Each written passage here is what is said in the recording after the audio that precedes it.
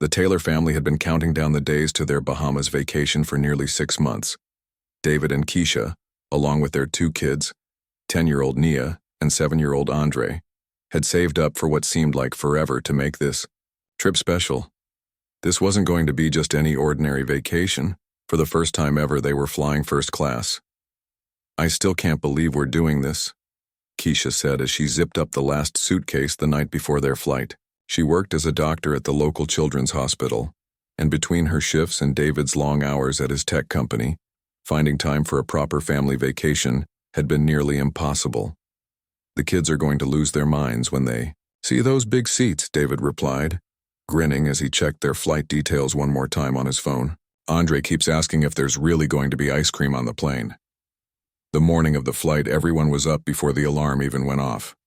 The excitement in their house was almost electric. Nia had her vacation journal ready, determined to document every moment of what she called their fancy plane adventure. Andre couldn't stop talking about the ocean and all the fish he was going to see. "Remember what we talked about," Keisha reminded the children as they loaded their luggage into the car. "First class is special, but that means we need to use our best behavior. Inside voices, good manners, and listen to what the flight attendants say." "Yes, Mom," the kids answered in unison, nodding seriously. They had practiced proper airplane etiquette all week, with David pretending to be a flight attendant serving them dinner at their kitchen table. The drive to the airport was filled, with the kids' excited chatter and the parents' last-minute checks to make sure they hadn't forgotten anything important. David kept glancing at his family in the rearview mirror, feeling a swell of pride. They had worked hard for this. They deserved this special treat. At the airport, they moved through security with surprising ease for a Saturday morning. The first class. Tickets came with priority screening, something David hadn't expected but definitely appreciated. As they made their way toward their gate, Andre pointed excitedly at every airplane visible through the massive windows. "Is that one ours? What about that one?" he asked, pressing his small hands against the glass. "Not yet, buddy," David answered, checking his watch. "We've still got some time before boarding starts." They found seats near their gate, and Keisha handed out the snacks she'd packed. "These are just to tide us over," she explained. "I heard the food in first class is amazing." Nia was carefully reading through the safety card she'd picked up from a stand near the gate. "It says here that the seats turn into beds. Is that true, Dad?" "Not quite beds, but they do recline way more than regular seats," David explained. "You'll be able to stretch out and get comfy." A woman sitting across from them smiled. "First time in first class?" she asked kindly. Keisha nodded. "That obvious, huh?" "Only because of how excited your kids look," the woman replied. "They're going to love it. My husband and I fly first class whenever we can now. Can't go back to coach after you've had a taste of the good life." When the boarding announcement finally came, the Taylor family gathered their carry-ons and lined up in the priority lane. Andre was practically bouncing on his toes, and Nia kept a firm grip on her ticket, afraid she might somehow lose it in the next 5 minutes. "First-class passengers may now board," came the announcement, and the family stepped forward. As they made their way down the jet bridge, David squeezed Keisha's hand. "We made it," he whispered, and she knew he wasn't just talking about making it to the gate on time. The moment they stepped onto the plane, a flight attendant greeted them with a warm smile. "Welcome aboard. Right this way to your seats." The first-class cabin looked like something from another world compared to the economy section they were used to. The seats were wide and plush, arranged in pairs with plenty of space between them. Each seat had its own screen, power outlet, and even a small storage compartment. "Whoa," Andre whispered, his eyes wide as saucers. "It's like a spaceship in here." The flight attendant chuckled. "First time in first class?" she asked, helping them stow their bags in the overhead compartments. "Is it that obvious?" David asked, echoing Keisha's earlier question. "I always love seeing first-timers," the attendant replied. "The look on your faces makes my job more fun. My name's Lisa, and I'll be taking care of you today. Can I get you something to drink before we take off? Champagne for the adults, perhaps? And we have juice or soda for the children." Andre immediately requested apple juice, while Nia, trying to seem grown-up, asked if they had sparkling water. Keisha and David exchanged glances before accepting the offered champagne. "This is definitely not how we usually start a flight," Keisha whispered to David after the attendant moved on to the next passengers. "To our first vacation in first class," David said, gently clinking his plastic champagne flute against hers. "And hopefully not our last." The kids were exploring every feature of their seats, pressing buttons and discovering how the tray tables worked. Nia gasped when she found the USB charging port. "Mom, I can charge my tablet right in the seat." Other passengers filtered in, most of them looking completely at home in the luxurious cabin. A few gave the family warm smiles, while others were too busy with their phones or laptops to notice them at all. A middle-aged couple took the seats across the aisle from them. The woman nodded politely in their direction before settling in with her book, while her husband immediately donned a sleep mask and reclined his seat. "These are so comfy," Andre said, bouncing slightly in his seat. "And so big.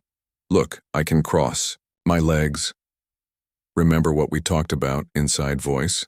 Keisha reminded him gently, though she couldn't help but smile at his excitement. Once everyone was seated and the doors were closed, the captain's voice came over the speakers, welcoming them aboard and announcing their flight time to the Bahamas, just under 3 hours. The safety demonstration began, and for once both kids actually paid attention, fascinated by the first-class experience. As the plane taxied toward the runway, Nia reached over and grabbed Keisha's hand. Despite her earlier confidence, she still got nervous during takeoffs and landings. "It's okay," Keisha assured her. "Remember, the whooshing feeling in your tummy just means we're going up. It's kind of fun, like a roller coaster." The engines roared, and the plane began to accelerate. Andre pressed his face against the window, not wanting to miss a second of the experience, while Nia squeezed her eyes shut and held her mom's hand tighter. The feeling of the plane lifting off the ground still amazed David, no matter how many times he'd flown. There was something magical about that moment when gravity seemed to lose its grip, and the buildings below suddenly looked like tiny models instead of full-sized structures. Once they reached cruising altitude, and the seatbelt sign dinged off, Lisa returned to take their meal orders. The options sounded like restaurant food, not typical airplane fare. "Can I really have pancakes?" Andre asked, his eyes wide when Lisa described the breakfast choices. "Absolutely," Lisa confirmed, "with fresh berries and real maple syrup." Before the food arrived, the kids explored the entertainment systems, finding a treasure trove of movies, TV shows, and games. David helped them both get set up with headphones and showed them how to navigate the touchscreens. When breakfast was served, it came on real plates with metal cutlery. Nothing like the plastic-wrapped meals they were used to in economy. Andre's pancakes were fluffy and golden, piled with strawberries and blueberries. Nia had chosen the egg sandwich, which came with a small fruit cup on the side. The parents' meals were equally impressive.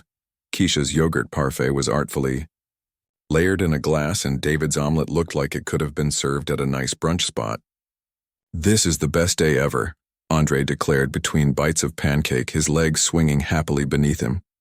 The family ate leisurely, savoring not just the food but the entire experience.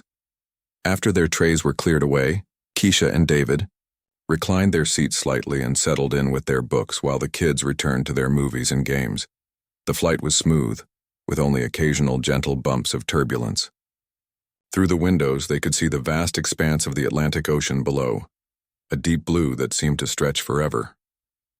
"Are we over the Bahamas yet?" Andre asked, after about an hour, temporarily removing his headphones. "Not yet, buddy," David answered. "We've still got a ways to go. Why don't you watch another episode of your show?"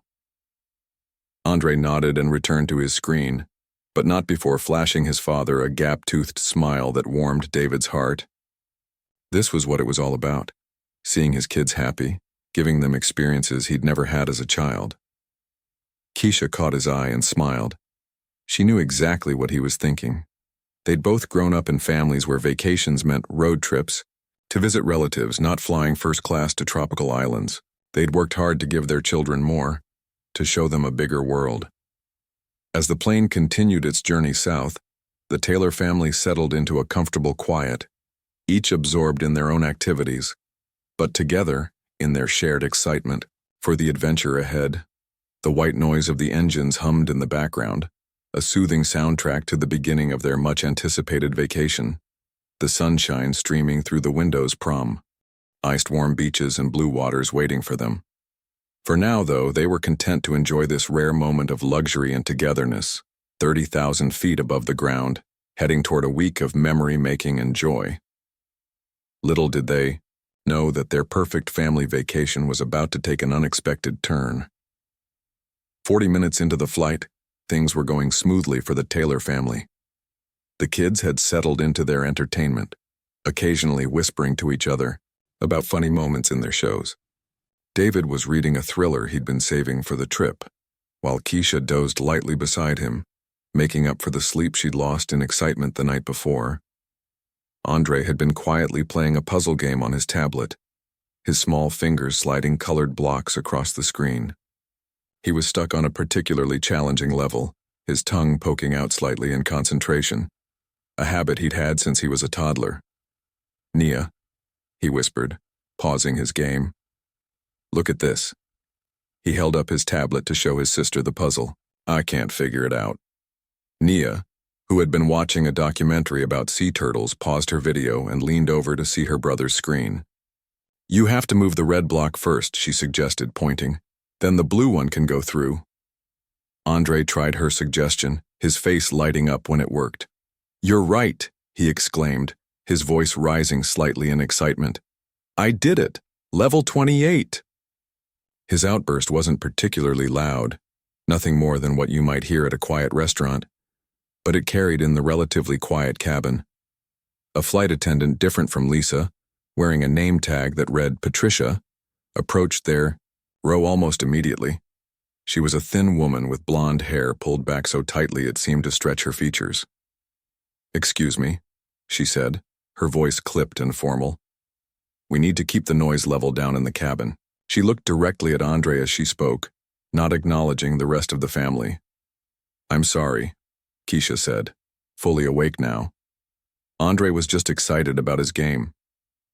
"This is first class," Patricia replied, emphasizing the words as if they might not understand what that meant. "Other passengers are trying to relax." David glanced around the cabin.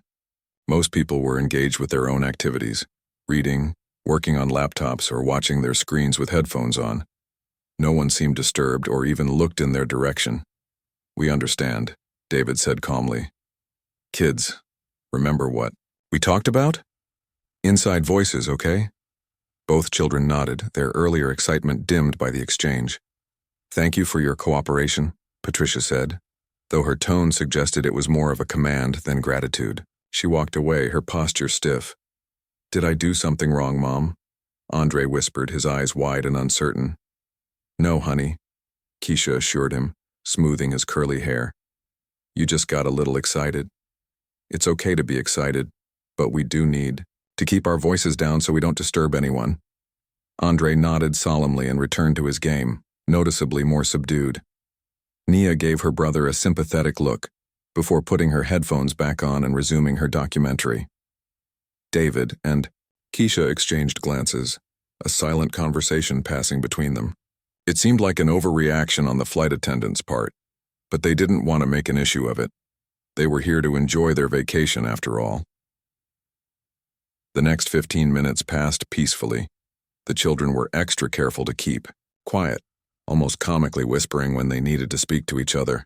The cabin remained calm, with only the occasional clink of ice in a glass or rustle of pages turning to break the silence.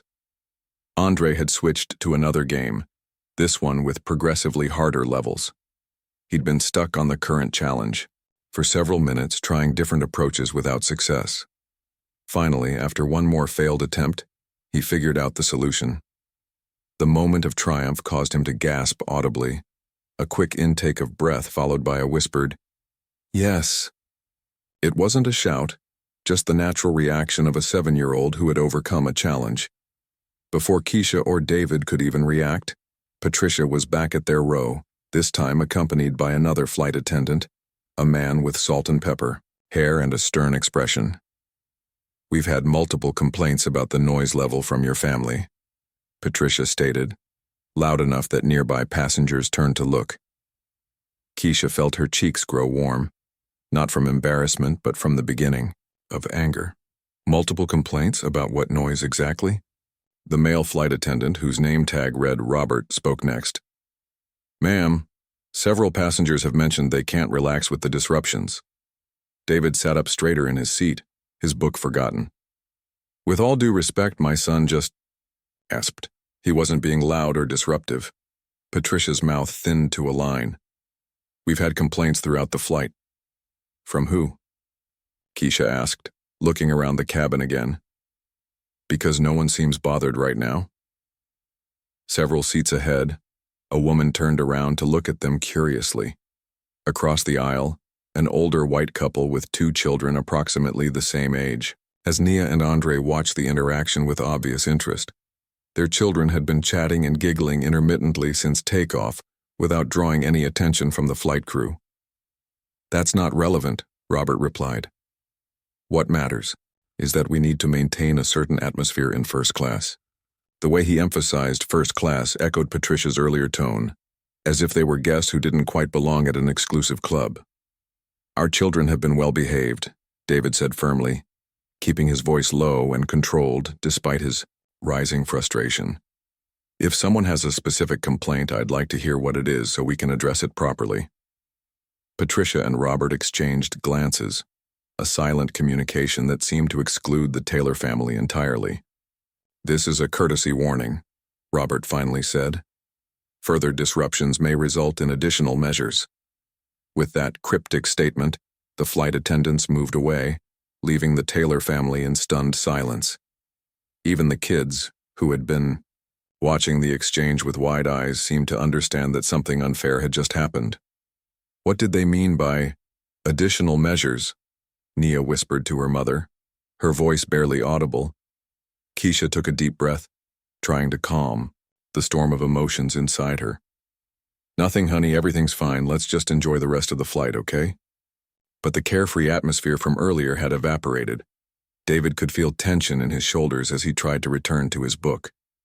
Keisha found herself unable to relax, instead watching the flight attendants as they moved through the cabin, noting how they smiled and chatted with other passengers.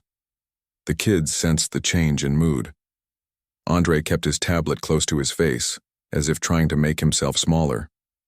Nia had removed her headphones, seemingly no longer interested in her documentary. "Hey," David said gently, trying to lighten the mood.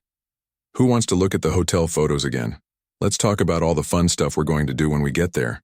He pulled out his phone and opened the images of their resort. A beautiful property with multiple pools, a private beach, and colorful tropical gardens. It was a strategic move to distract the children, but also a reminder to himself and Keisha about why they were making this trip in the first place. "Can we go snorkeling on the first day?" Andre asked, his voice so quiet that David had to lean closer to hear him. "Absolutely," David confirmed, showing him a photo of the clear blue water. "The hotel has a special snorkeling area just for kids your age." Slowly, the tension began to ease as they talked about their plans, swimming with dolphins, building sandcastles, trying local foods. The kids' excitement gradually returned, though they were careful to keep their voices at a whisper. About 10 minutes later, Lisa, the friendly flight attendant who had greeted them during boarding, stopped by their row with a beverage cart. "How's everyone doing?" she asked cheerfully. "Can I get you anything to drink?" "Some water would be nice," Keisha replied, studying Lisa's face for any sign that she shared her colleague's apparent disdain. But Lisa's smile seemed genuine. As Lisa handed out the drinks, David decided to take a chance. "Lisa, has there been a problem with noise from our row? 2 other attendants have spoken to us, and apparently there have been complaints." Lisa looked surprised. "Not that I've heard," she said, glancing toward the front of the cabin where Patricia and Robert were speaking with the lead flight attendant. "The kids have been great from what I've seen." Her confirmation was reassuring, but it also deepened the mystery of why they had been singled out for reprimands. Across the aisle, the White family's son let out a loud laugh at something on his screen. Patricia, who was now walking down the aisle with fresh towels, smiled at him indulgently without saying a word. The contrast wasn't lost on Keisha, who shared another meaningful look with David. Neither said what they were thinking, not wanting to jump to conclusions in front of the children, but the unsettling feeling grew stronger. Lisa finished serving their drinks and moved on to the next row, leaving the Taylor family to their thoughts. David pulled out his phone again, this time opening his notes app and discreetly typing down what had happened so far, including times and the names of the flight attendants involved. It was probably nothing, he told himself, but his instincts, from years of dealing with subtle discrimination, told him to document everything just in case. The flight continued, with the Taylor family now hyper-aware of every sound they made. When he needed to use the restroom, David accompanied him, noticing how Robert watched them walk down the aisle. When they returned to their seats, Patricia was standing nearby, seemingly monitoring their movements. "Mom," Nia whispered, leaning close to Keisha's ear. "Why do those flight attendants keep looking at us? We're not being noisy anymore." Keisha struggled to find the right words. How do you explain to a 10-year-old that sometimes people treat you differently, based on assumptions they make about who you are? How do you preserve their innocence while preparing them for the realities they might face? "Sometimes people have bad days, honey," she finally said. "It's not about us." But even as she spoke the words, she knew her daughter was too perceptive to fully accept that explanation. Nia had already experienced enough in her young life to recognize when something wasn't right. The remaining hour of the flight passed in a strange limbo. The Taylor family tried to recapture their earlier excitement about the vacation, but the shadow of the confrontation lingered. They were careful with every movement, every word, conscious of being watched and judged. Other passengers occasionally glanced their way, perhaps wondering what had caused the earlier interaction with the flight crew. A few offered sympathetic smiles while others quickly looked away when caught staring. When the captain announced they were beginning their descent into the Bahamas, there was a collective sense of relief. Soon they would be off this plane and starting their vacation properly, away from the scrutiny and tension of the cabin. As the plane began to descend, Nia once again held her mother's hand, though this time it seemed to be for comfort rather than fear of flying. Andre had put away his tablet and was looking out the window, his earlier enthusiasm dimmed but still visible as he spotted the island coming into view below. "Look at how blue the water is," he whispered, pointing at the window. David leaned over to see. "That's why they call it the Bahamas. The word means shallow sea. See how you can kind of see through the water to the sand underneath? That's because it's not very deep there." For a brief moment, the magic of their destination broke. Through the cloud that had settled over their journey, the vibrant turquoise of the Caribbean stretched out below them, a reminder of why they had come so far. As the plane made its final approach, the Taylor family prepared for landing, organizing their belongings and making sure nothing would be left behind. They were ready to put this uncomfortable flight experience behind them and start enjoying the paradise that awaited. Little did they know that their troubles were far from over. The minor dispute was about to escalate in ways they couldn't imagine. When Keisha politely questioned which passengers had complained about their children's noise level, she had no idea her simple request for clarification would ignite such a firestorm. She kept her voice calm and her tone respectful, genuinely puzzled since she hadn't seen anyone looking annoyed or disturbed. "I'm just asking which passengers complained," she repeated when Patricia, the flight attendant with the pinched expression, didn't immediately answer. "If we're bothering someone specific, maybe we can address it directly." Patricia's nostrils flared slightly. "That's confidential information. We don't disclose which passengers make complaints." David, who had been observing the exchange quietly, spoke up. "We understand you need to address concerns, but it feels like we're being singled out here. Our kids have been well behaved, especially after your first warning." Patricia crossed her arms. "Sir, if you continue to question our procedures, I'll need to involve the head of cabin crew." "That might actually be helpful," Keisha said, trying to keep her voice level.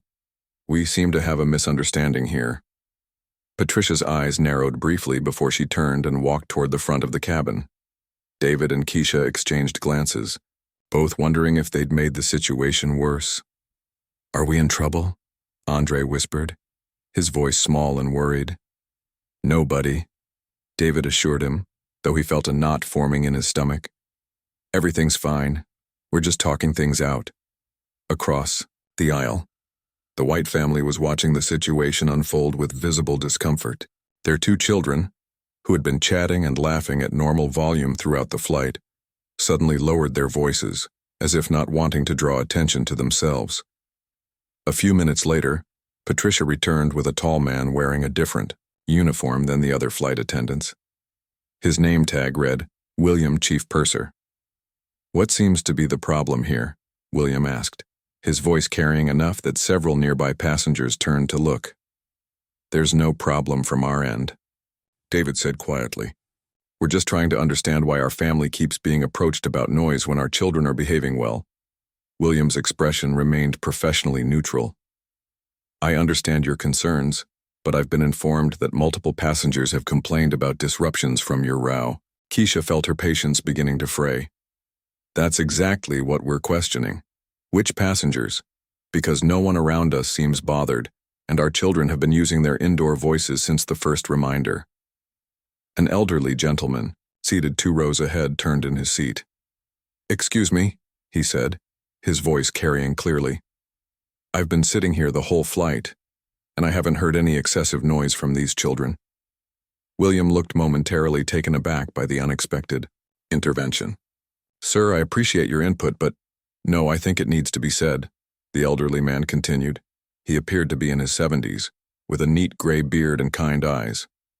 "I've flown first class for 30 years, and I've sat through flights with screaming babies and drunk businessmen. These kids have been perfectly fine." A murmur of agreement came from a woman seated nearby, who nodded firmly. William's professional demeanor faltered slightly as he realized he was losing control of the narrative. Patricia, standing slightly behind William, leaned forward and whispered something in his ear. His expression hardened again. "Regardless of other passengers' perceptions," William said, "our flight attendants have observed behavior that doesn't align with our first-class standards. I'm going to have to ask you to cooperate and keep your family quiet for the remainder of the flight." The way he emphasized "your family" and first-class standards carried unmistakable undertones that made David's jaw tighten. He'd encountered this kind of coded language before in his professional life, the implication that they didn't belong in certain spaces. "We've been cooperating fully," David replied, his voice still calm but with an edge of steel beneath it. "And I'd appreciate it if you'd clarify what behaviors specifically don't meet your standards." William's eyes narrowed slightly. "Sir, are you refusing to comply with crew instructions?" The loaded question hung in the air. David recognized it for what it was, a trap. Refusing to comply with crew instructions was a serious issue that could have major consequences. "Not at all," he said carefully. "We're fully complying. I'm simply requesting clarification on what specific behaviors you find problematic so we can address them appropriately." Keisha reached over and placed her hand on David's arm, a silent signal for him to take a breath. She could feel the tension radiating from him, the familiar fight against injustice battling with the practical need to de-escalate the situation. "We want everyone to have a pleasant flight," she said, addressing William directly, "including ourselves and our children. If you could help us understand what specific concerns have been raised, we can make sure they don't happen again." William seemed momentarily stymied by their reasonable tone and requests. He glanced at Patricia, who maintained her stern expression. "The noise level from your children has been disruptive," William finally said, though he didn't provide any specific examples. "Please ensure they remain quiet for the remainder of the flight." With that, he turned and walked away, Patricia following close behind with a satisfied expression that made Keisha's blood boil. But she kept her composure, aware that their children were watching closely, learning how to navigate these difficult moments. "What just happened?" Naya asked quietly once the flight attendants were out of earshot. Keisha and David exchanged looks, having a silent conversation with their eyes. How much should they explain? How do you help a child understand injustice without making them feel victimized? Sometimes people make unfair judgments, Keisha said carefully. The important thing is how we respond to it. Nia's perceptive eyes studied her mother's face. Is it because we're black? The question hung in the air, so innocent and yet so heavy. David felt a familiar ache in his chest. The pain of watching his children encounter the harsh realities he'd hoped to shield them from just a little while longer. We don't know for sure, he answered honestly. But what matters is that we know we've done nothing wrong. We're going to enjoy our vacation, and we won't let anyone make us feel like we don't deserve to be here. Across the aisle, the mother of the White family caught Keisha's eye and gave her a sympathetic look. She leaned across and spoke in a low voice. That was completely unfair, she said. My kids have been making way more noise than yours. No one has said a word to us. Thank you, Keisha replied, genuinely appreciative of the acknowledgement. It wasn't the woman's fault after all, and her recognition of the disparity meant something. The EO woman looked like she wanted to say more but hesitated, perhaps unsure of how to express her discomfort with the situation without making it about herself. In the end, she simply gave a small nod before turning back to her family. The Taylor family tried to settle back into their activities, but the atmosphere had changed irrevocably. The joy and excitement of their first-class experience had been tainted. Andre sat unnaturally still, afraid to make even the smallest sound. Nia had put her headphones back on but kept the volume so low she could barely hear her show. David continued documenting the interactions in his phone's notes app, recording times, names, and specific statements. Years of navigating corporate environments had taught him the value of detailed documentation when dealing with discrimination. Keisha found herself unable to relax, constantly scanning the cabin for any sign of the flight attendants returning.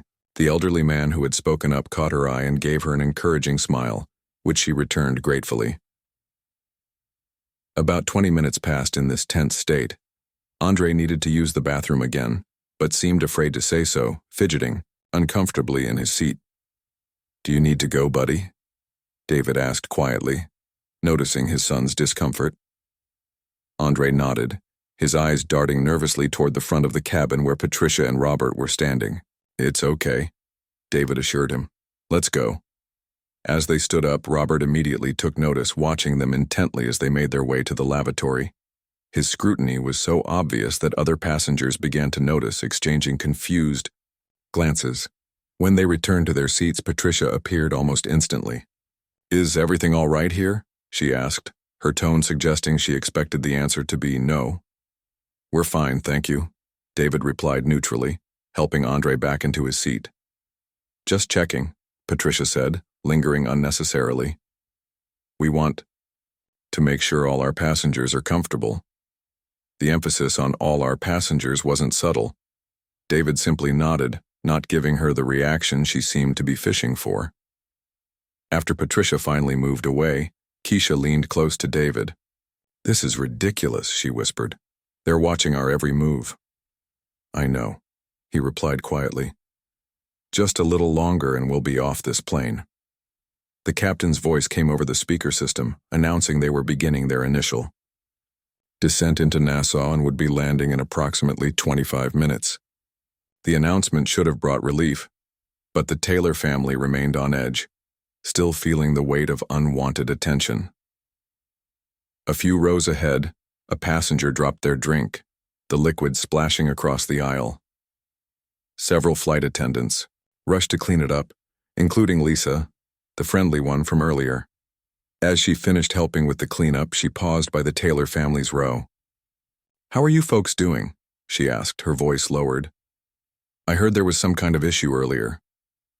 We're okay, Keisha replied, not wanting to put Lisa in an awkward position with her colleagues. Just ready to land and start our vacation. Lisa's eyes conveyed understanding.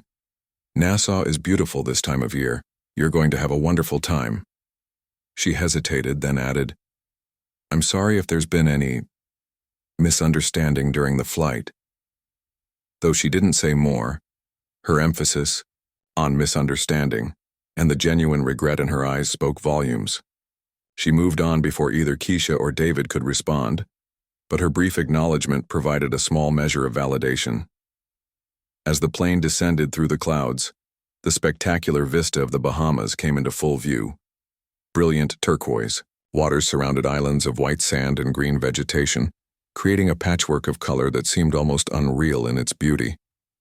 "Look, kids," David said, trying to recapture some of the excitement from earlier.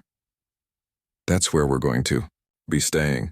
Both children pressed their faces to the window, momentarily forgetting their discomfort in the face of such natural beauty. "It looks like the pictures," Andre exclaimed, careful to keep his voice low despite his excitement. "Even better than the pictures," Nia added, her eyes wide as she took in the scene below. For a brief moment, the magic of their destination broke through the tension that had settled over the family. This was why they had saved and planned for so long, to create memories in this paradise, to give their children experiences they would never forget. As the plane continued its descent, the passengers were instructed to return their seats to the upright position and stow away any loose items.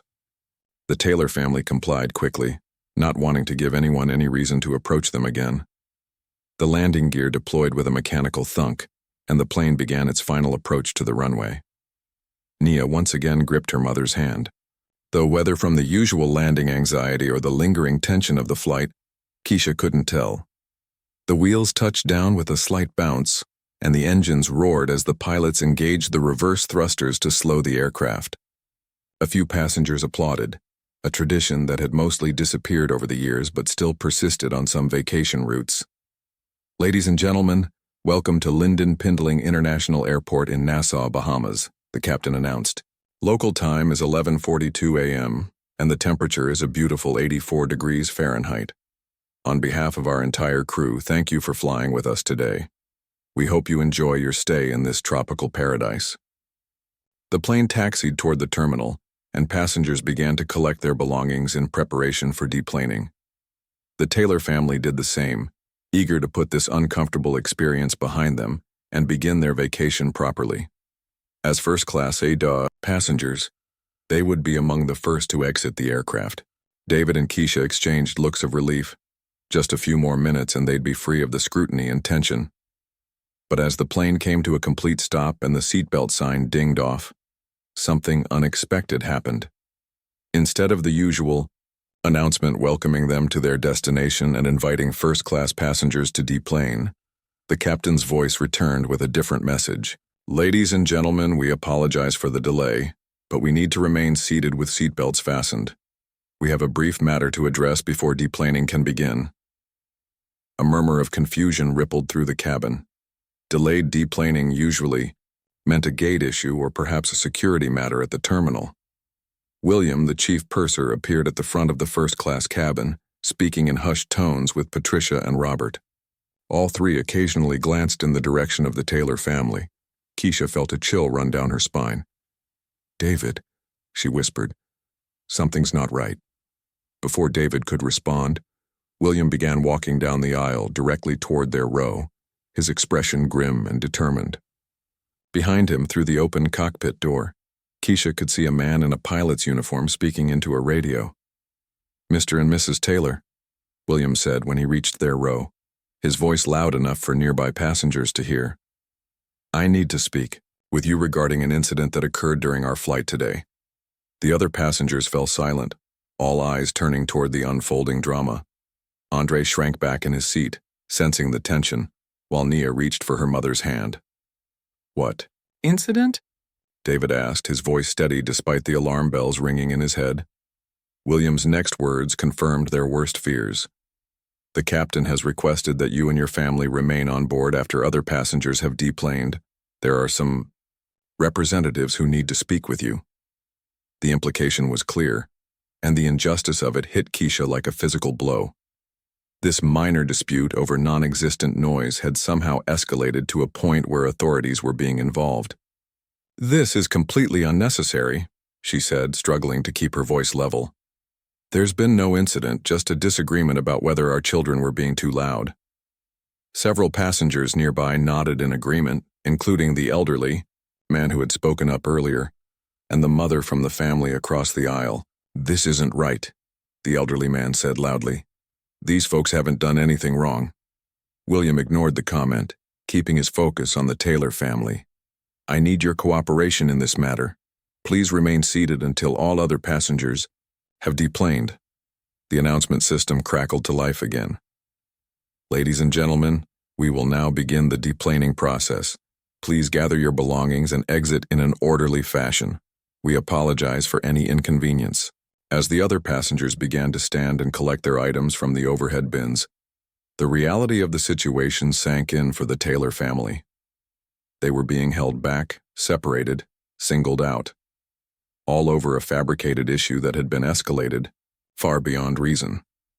David met Keisha's eyes, seeing his own anger and disbelief reflected there. But beneath that, they shared a silent understanding. They needed to remain calm for their children's sake, to handle this situation with dignity, despite the humiliation being forced upon them. "It's going to be okay," David said quietly, though he wasn't entirely sure he believed it himself. Whatever was waiting for them once the plane emptied, they would face it together, as a family. As the other first-class passengers filed past, their row toward the exit, many averted their eyes, uncomfortable with what was happening but unwilling or unsure how to intervene. A few, however, made a point of making eye contact, offering small nods of support or whispered words of encouragement. The elderly man paused as he passed.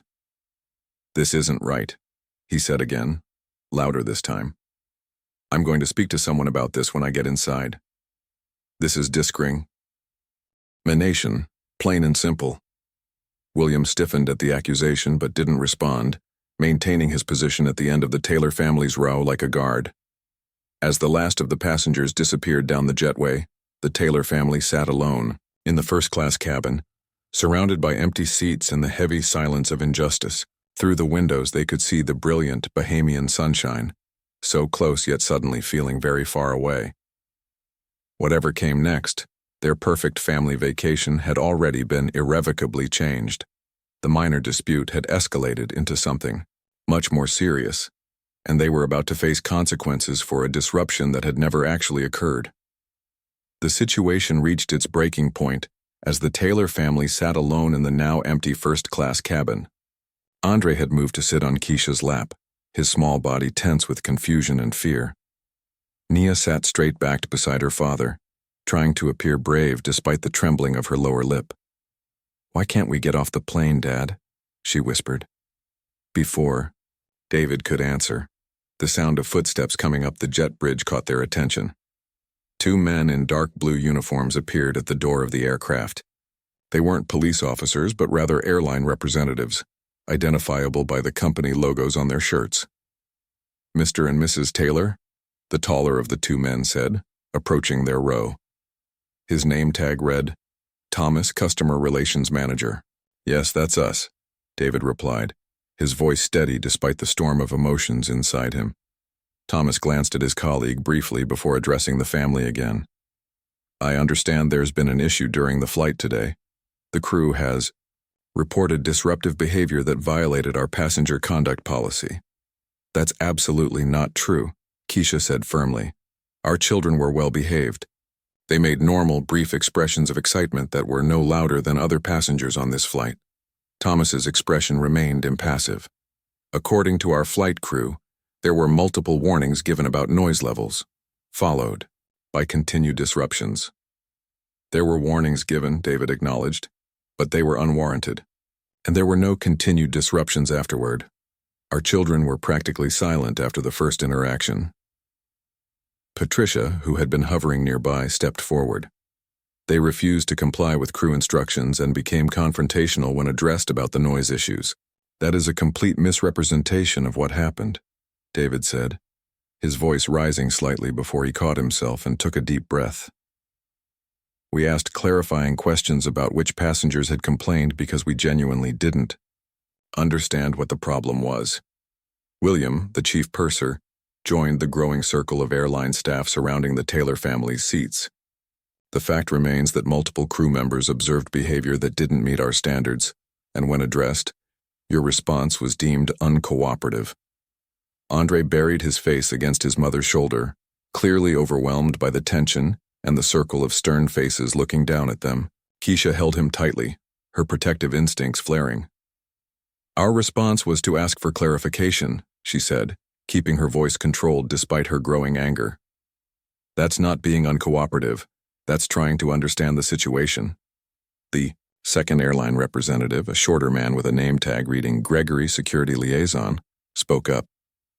At this point, the captain has made the decision that your family will not be continuing on this aircraft.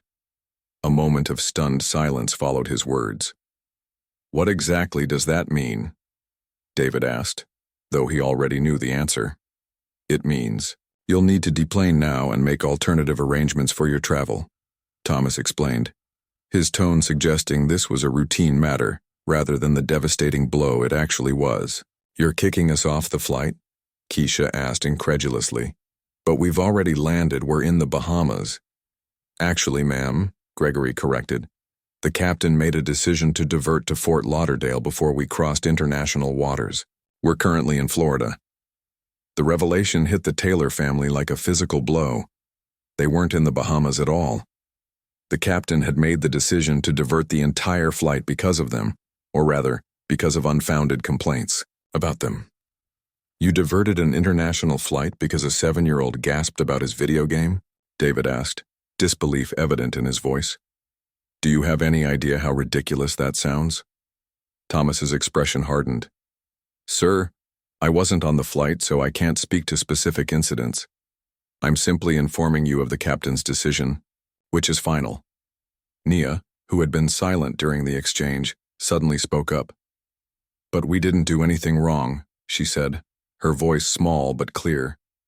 We were just excited about our vacation. The simple truth from a child's mouth hung in the air, its honesty cutting through the bureaucratic language and procedural shields the airline representatives had been hiding behind. For a brief moment, Thomas looked uncomfortable, his eyes flickering to Nia's face before quickly looking away. But the moment passed, and his professional mask returned. I understand this is upsetting, he said, though his tone suggested otherwise. But I need to ask you to gather your belongings and come with us now. David looked at Keisha, a silent conversation passing between them. They both recognized the futility of continuing to argue. Whatever had been set in motion wasn't going to be stopped by reason or explanations. Fine, David said finally, his voice tight. But I want to be absolutely clear that we're complying under protest. This is discrimination, and we will be pursuing this matter further. Gregory's posture stiffened at the word discrimination. Sir, I advise you to be careful about making unfounded accusations. It's not an accusation, it's an observation, Keisha replied, helping Andre to stand up. And we have every right to state it. As they began gathering their carry-on items, Keisha discreetly pulled out her phone and started recording. She made no effort to hide what she was doing, holding the phone at an angle that captured the airline staff's faces as well as the empty cabin around them. Ma'am, what are you doing? Thomas asked sharply. Documenting what's happening, Keisha replied calmly. Since there seems to be a disagreement about the facts, I think it's important to have a record of this interaction. Patricia stepped forward. Recording is not permitted. Actually, David interrupted, recording is permitted in public spaces, which this is. And since you've already made it clear that you're removing us from the flight, we're no longer bound by in-flight regulations. About electronic devices, Gregory and Thomas exchanged glances, clearly unprepared for this level of pushback. We're not going to debate legal technicalities, Thomas said finally. Please just gather your belongings and follow us. As they collected their things, David was careful to move slowly and deliberately, giving Keisha time to continue recording. He could tell from the airline representative's body language that they were uncomfortable with the documentation, but unsure how to stop it without escalating the situation further. Andre, still shaken, clung to his mother's hand. Mom, are we in trouble? He whispered.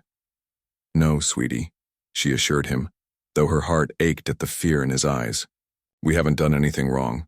Sometimes people make mistakes, and that's what's happening here.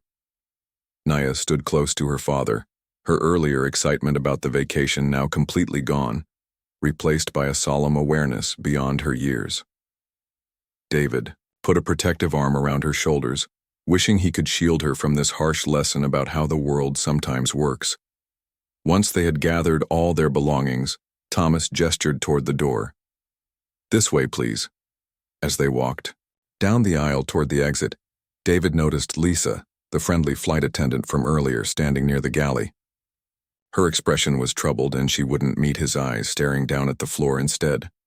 "Lisa," he said as they passed her, "you saw how my family behaved during this flight. Was there anything disruptive about our conduct? Put on the spot?" Lisa hesitated, clearly torn between professional loyalty and personal integrity. I didn't personally observe any excessive noise or disruption," she finally admitted, her voice barely above a whisper. William shot her a sharp look, but the admission had already been made and captured on Keisha's still recording phone. As they stepped off the aircraft onto the jet bridge, they were met by an airport security officer, a development that made David's stomach clench with anxiety. Were they about to be treated like criminals now? "Officer," Thomas addressed the security personnel, "these are the passengers I mentioned. They'll be exiting through the secure area and will need to be escorted to the main terminal." The security officer, an older man with salt and pepper hair and tired eyes, looked the Taylor family over. "Are they under arrest or detention?" he asked Thomas directly. "No," Thomas replied, seeming slightly taken aback by the question. "This is a customer service matter. They've been removed from the flight for disruptive behavior." The officer's expression didn't change, but something in his eyes suggested skepticism. "All right then," he said, turning to the family. "If you'll follow me, I'll escort you to the main terminal." As they walked down the jet bridge, Keisha kept her phone recording, capturing the entire process. The contrast between the dream vacation they had planned and the nightmare they were now experiencing couldn't have been more stark. They emerged into the terminal, drawing curious looks from nearby travelers who undoubtedly wondered why a family was being escorted by security. The humiliation burned, but David and Keisha kept their heads high, aware that how they handled this moment would teach their children an important lesson about dignity in the face of injustice.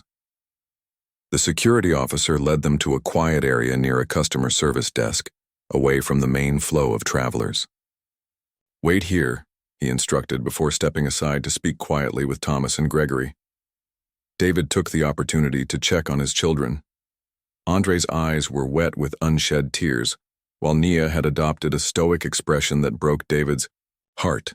No child should have to develop that kind of emotional armor. "Listen to me," he said, crouching down to be at eye level with both of them. "What's happening right now isn't fair, and it isn't right, but I need you both to know something very important. You did nothing wrong. Nothing. This is about the unfairness of some people, not about anything you did." "But why are they being so mean to us?" Andre asked, a tear finally escaping to roll down his cheek. David hesitated, looking to Keisha for guidance on how much truth to share in this moment. Her slight nod told him she agreed with what he was about to say. "Sometimes," he said carefully, "people make unfair judgments based on how others look. It doesn't make sense, and it's not right. But it happens. What matters is that we know the truth and we stand up for what's right even when it's hard." Nia's eyes flashed with understanding and a spark of the same righteous anger her parents felt. "Is it because we're black?" The directness of her question hung in the air, demanding honesty. "We can't know for sure what's in other people's hearts, or minds," Keisha answered, joining the huddle. "But yes, sometimes people treat us differently because of the color of our skin. It's not fair, but it's a reality we have to be prepared for." "Like when Mrs. Hamilton followed me around the gift shop last month?" Naya asked, connecting dots from her own experience. "Yes, like that," David confirmed, surprised and saddened by this revelation from his daughter's life that he hadn't known about. "But here's what's important. Their unfairness doesn't define who we are. We define who we are by how we respond to it." The conversation was interrupted as the security officer approached them again. "Folks, I've spoken with the airline representatives. They're arranging for your baggage to be removed from the aircraft." "And then what?" Keisha asked. "We're supposed to be starting our vacation today. We have hotel reservations in Nassau, tours booked, everything paid for." The security officer's expression softened slightly, suggesting he recognized the unfairness of the situation. "That's something you'll need to discuss with the airline customer service. I'm just here to escort you through the secure area." David straightened up, gathering his dignity around him like armor. "Thank you, officer. We appreciate your professionalism." Thomas stepped forward again. "Once your luggage has been retrieved, you'll be able to make arrangements at our customer service desk for alternative transportation if you wish. However, I should inform you that the airline reserves the right to refuse service to passengers who have violated our conduct policies." The implication was clear. They might not be allowed on another flight with this airline. Their carefully planned vacation was crumbling before their eyes. "I want to speak to your supervisor," David said, firmly. "This entire situation has been mishandled from the start, and we deserve to have our concerns addressed by someone with authority." Thomas's expression suggested he'd expected this request. "A customer relations director is on their way to speak with you. They should be here shortly." As they waited, other passengers from their flight began to filter into the terminal area, having gone through customs and immigration. Some walked past without a second glance, but others recognized the Taylor family and slowed down, taking in the scene with various expressions of curiosity, discomfort, or concern. The elderly man who had spoken up on the plane spotted them and immediately changed direction, heading straight for them despite the security officer's presence. "This is outrageous," he said loudly as he approached. "I was on that flight. These people did absolutely nothing wrong." Thomas stepped forward, placing himself between the elderly man and the Taylor family. "Sir, this is a private matter." "It's not private when you make a spectacle of removing an innocent family from a plane," the elderly man retorted. "I'm Harold Bergman, and I've been flying with your airline for over 30 years. I witnessed everything that happened on that flight, and there was no justification for this treatment." Keisha, still recording, captured Harold's impromptu testimony. Other passengers had begun to gather, drawn by the commotion. A woman in a business suit joined the growing circle. "I was seated near them too," she added. "The children were well behaved. It was the flight attendants who were being unreasonable."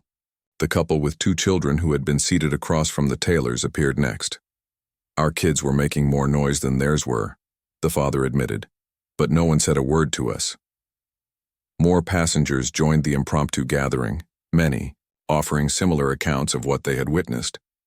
What had begun as an isolated incident was rapidly becoming a public relations nightmare for the airline, playing out in real time in the middle of the terminal, and all captured on Keisha's phone. Thomas and Gregory looked increasingly uncomfortable as the crowd grew, and more witnesses came forward.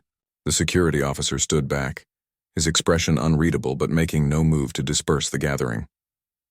A commotion at the edge of the group signaled the arrival of a woman in a tailored suit, her airline ID indicating a much higher rank than Thomas or Gregory. Her face was set in a grim expression as she took in the scene. A family surrounded by supportive passengers, all openly discussing what appeared to be a clear case of discriminatory treatment. As she approached, David met her gaze steadily. This confrontation might have derailed their vacation plans, but something told him the story was far from over. In fact, it was just beginning to unfold in ways no one could have predicted when they boarded that plane just hours ago. The video of the Taylor family being escorted off the plane spread across social media with the speed and force of a wildfire. Keisha had posted it to her accounts as soon as they reached their hotel in Fort Lauderdale, where they'd been forced to spend the night after missing their Bahamas vacation. By morning, it had been viewed over 3 million times. "Look at this," David said, holding his phone out to Keisha as she emerged from the bathroom. The kids were still asleep in the adjoining room of their hastily booked suite. "The comments section is exploding. People are outraged." Keisha sat beside him on the edge of the bed, scrolling through the thousands of comments. Many shared similar stories of discrimination on flights, in stores, at restaurants. Others expressed shock and anger at how the Taylors had been treated. Some demanded answers from the airline. "It's trending," she noted, a mix of emotions in her voice. This wasn't how they'd planned to spend their hard-earned vacation time, but perhaps some good could come from shining a light on what had happened. David's phone rang, another call from a news outlet wanting an interview. It was the fifth one since breakfast. He declined it with a sigh. "We need to figure out what we want to do about all this," he said. "The media attention is only going to grow. And the kids." He glanced toward the door of the connecting room. "They're already dealing with enough." Keisha nodded, understanding his concern. "But if talking about what happened can help prevent other families from going through this, isn't it worth it?"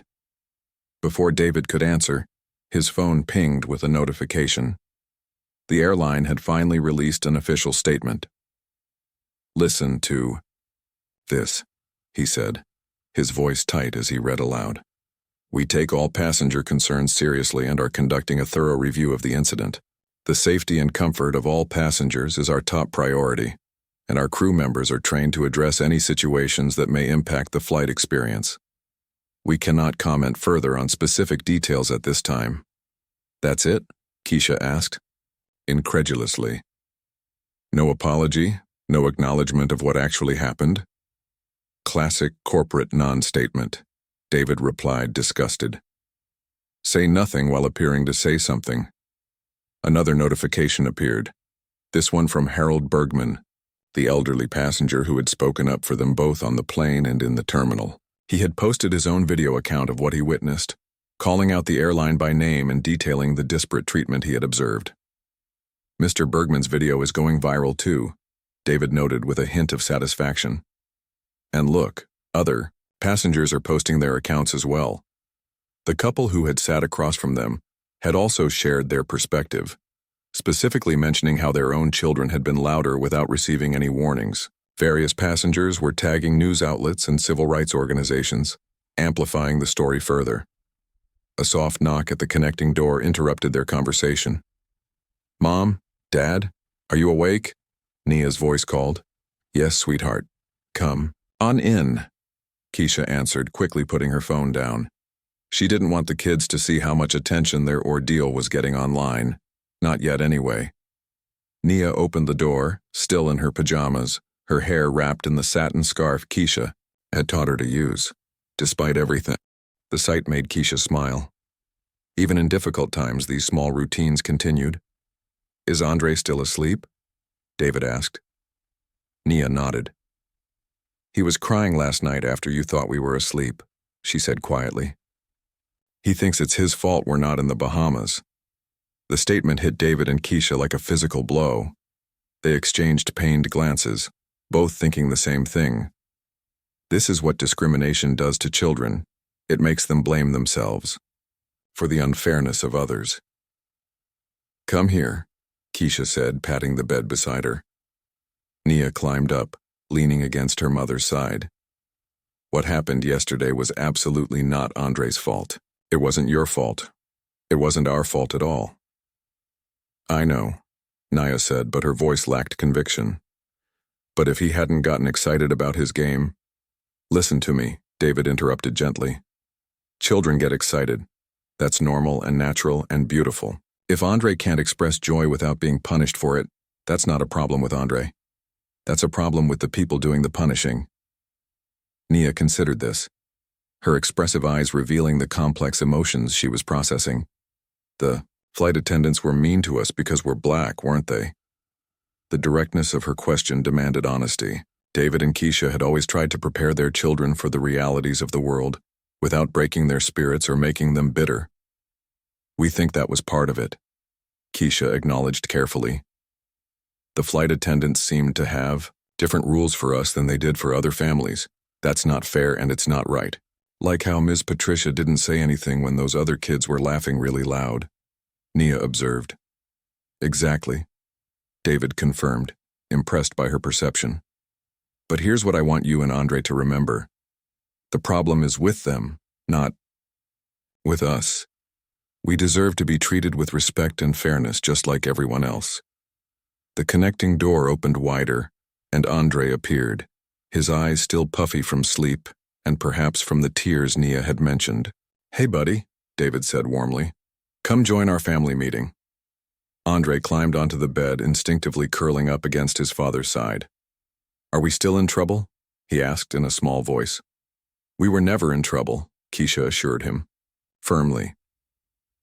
"What happened yesterday was wrong, and it wasn't because of anything you did." "But I was the one who got too excited about my game," Andre said, confirming Nia's report that he blamed himself. David hugged his son closer. "Being excited about your game is completely normal.